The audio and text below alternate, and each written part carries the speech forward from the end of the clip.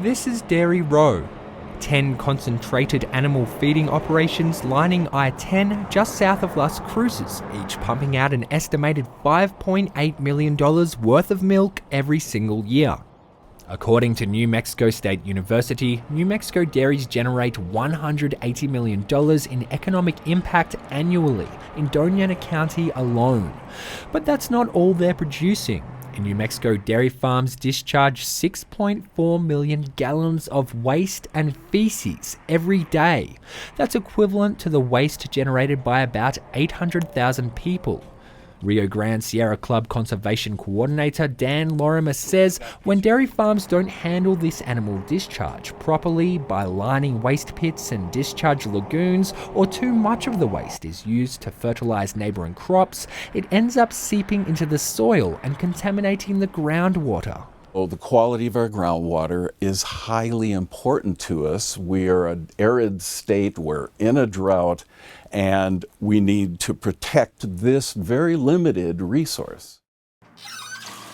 Groundwater is where 90% of New Mexicans like Victor Montoya get their water. He lives downhill from Dairy Row in Anthony, New Mexico.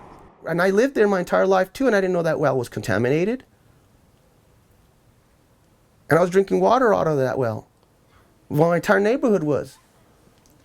And nobody told us it was contaminated. We kept drinking out of it. New Mexico Environment Department Water Studies and Monitoring revealed high levels of nitrates in Anthony, New Mexico's well water.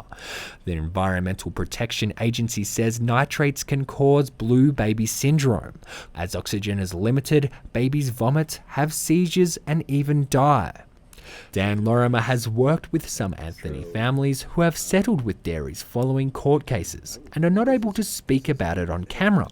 A Nebraska study found high levels of nitrates in well water increased risks of some cancers, like non-Hodgkin lymphoma, which Montoya's son Colton battled 3 years ago. My wife cut his hair, and then all of a sudden it was like a mosquito bite. And the mosquito bite just kept growing and growing until a point where it was a bump here, a bump here, and a bump here. And one of the most powerless moments in your life as a father is holding your son, knowing the fact that you can't do nothing about that pain. Other studies have found the nitrate link to cancer to be inconclusive. In 2011, New Mexico enacted regulations to protect groundwater from dairy waste contamination. Lorimer says the waste infrastructure standards and water monitoring policies are on par with many other states, but implementing the rules poses increased expense to the dairy industry. Lorimer says since Susana Martinez became governor, the Environment Department has not been enforcing the rules. Martinez disputes that and says she also has a responsibility to boost the economy. And you can have some really onerous regulations that provide no result. That's what impacts our economy. So we have two responsibilities: making sure our economy is strong and that the regulations that are in place keep our environment safe and clean, but doesn't cause such a burden on our economy that we end up losing jobs to other states. Recent New Mexico Environment Department data indicates that more than 60% of the state's dairies are polluting groundwater.